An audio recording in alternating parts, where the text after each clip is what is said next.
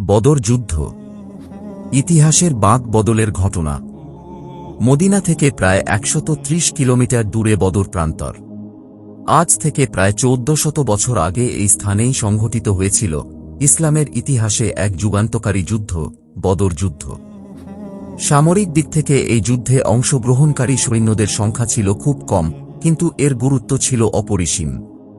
কোরআনে আছে, আরও জেনে রাখো যে তোমাদের গনিমতে যুদ্ধে যা লাভ করা হয় তার ১/৫ আল্লাহর রাসূলের জন্য, রাসূলের স্বজন, পিতৃহীন দরিদ্র ও পথচারীদের জন্য, যদি তোমরা বিশ্বাস করো আল্লাহ এবং তার ওপর যা ফুরকানের দিন আমি আমার নবীর ওপর অবতীর্ণ করেছিলাম, যখন দুই দল পরস্পরের মোকাবিলা করছিল। আর আল্লাহ তো সর্ববিষয়ে সর্বশক্তিমান। সূরা আনফাল আয়াত ৪১। এই দিনকে ইয়াউমুল ফুরকান বা সিদ্ধান্তের দিন হিসেবে উল্লেখ করা হয়েছে। বদরের যুদ্ধ শুধু একটি যুদ্ধ ছিল না, এটি ছিল মদিনার মুসলিম রাষ্ট্রের রাজনৈতিক, সামরিক ও অর্থনৈতিক ভিত্তি প্রতিষ্ঠার মাইলফলক। বদর প্রান্তরটি ডিম্বাকৃতির সুবিশাল এক এলাকা, যার প্রস্থ প্রায় ৪.৫ মাইল। স্থানটি ছিল ইয়েমেন থেকে সিরিয়া পর্যন্ত বিস্তৃত বাণিজ্য পথের কেন্দ্রবিন্দু। মক্কা ও মদিনা থেকে আসা দুটি পথ এখানে মিলিত হতো, যা এই স্থানটিকে বাণিজ্যিকভাবে অত্যন্ত গুরুত্বপূর্ণ করে তোলে। লোহিত সাগরের নিকটবর্তী হওয়ায় এই স্থানটি আরও বেশি কৌশলগত গুরুত্ব বহন করত। স্থানটির নামকরণ বদর করার পেছনে একটি জনপ্রিয় ধারণা হল, বদর বিন ইয়াকলাদ নামে এক লোক এখানে একটি কূপ খনন করেন। কূপটির পানি ছিল অত্যন্ত স্বচ্ছ, কথিত আছে যে এখানে চাঁদের প্রতিফলন দেখা যেত।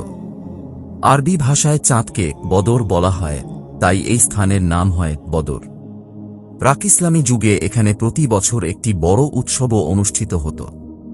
মদিনায় হিজরতের আগে মক্কার নেতৃস্থানীয়রা মুসলমানদের বিরোধিতা করেছিলেন। তবে বদর যুদ্ধের পেছনে একাধিক কারণ কাজ করেছিল।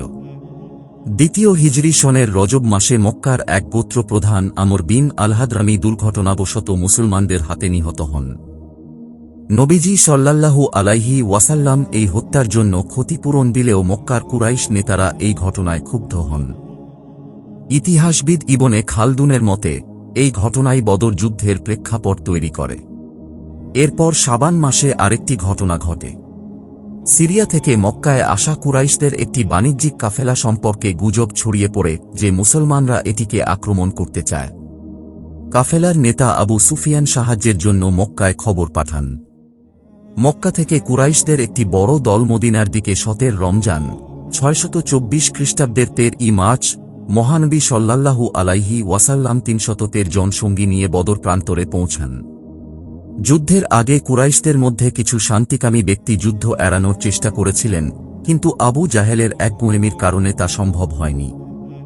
যুদ্ধ শুরু হয় একক লড়াইয়ের মাধ্যমে, যাতে ৩ জন কুরাইশ যোদ্ধা নিহত হন। এরপর শুরু হয় মল্লযুদ্ধ। মুসলিম বাহিনীর ২ জন তরুণ যোদ্ধা মুয়াওজ ও মুয়াজ মক্কার নেতা আবু জাহেলকে হত্যা করেন। সংখ্যায় কম হলেও মুসলিম বাহিনী কৌশলগতভাবে কুরাইশদের ওপর অতর্কিত আক্রমণ চালায়, যা যুদ্ধের মোড় ঘুরিয়ে দেয়। মক্কার কুরাইশ দলের যুদ্ধে ৭০ জন নিহত এবং ৭০ জনকে বন্দী করা হয়। বন্দীদের মুক্তিপণ হিসেবে ৪,৪০০ দিরহাম বা ১০ জন আনসার শিশুকে শিক্ষাদানের শর্ত দেওয়া হয়। বদর যুদ্ধের গুরুত্ব শুধু সামরিক বিজয়ে সীমাবদ্ধ ছিল না, এর রাজনৈতিক ও ধর্মীয় প্রভাব ছিল সুদূরপ্রসারী। মক্কার কুরাইশদের পরাজয় তাদের আত্মবিশ্বাস ও মর্যাদাকে ভুলুণ্ঠিত করে। যুদ্ধের পর বদরের বাণিজ্য পথ ব্যবহারের ঝুঁকি বেড়ে যায়, যা মক্কার অর্থনীতিকে ব্যাপক প্রভাবিত করে। কুরাইশদের বাণিজ্য পথ অনিরাপদ হয়ে পড়ে, ফলে অন্যান্য গোত্রের কাছে তাদের গুরুত্ব কমে যায়। এই যুদ্ধ মুসলিম সম্প্রদায়ের আত্মবিশ্বাস ও ঐক্যকে শক্তিশালী করে। এটি ইসলামের প্রসার ও মদিনার মুসলিম রাষ্ট্রের ভিত্তি মজবুত করে। বদর যুদ্ধ শুধু একটি যুদ্ধ নয়, এটি ছিল ইতিহাসের এক বাঁক বদলকারী ঘটনা, যা বিশ্ব ইতিহাসে ইসলামের অবস্থানকে চিরস্থায়ী করে দিয়েছে। আল্লাহ জাল্লা শানুহু আমাদের বদরী সাহাবীদের সাথে কিয়ামতে অংশগ্রহণ করার তৌফিক দান করুক, আমিন।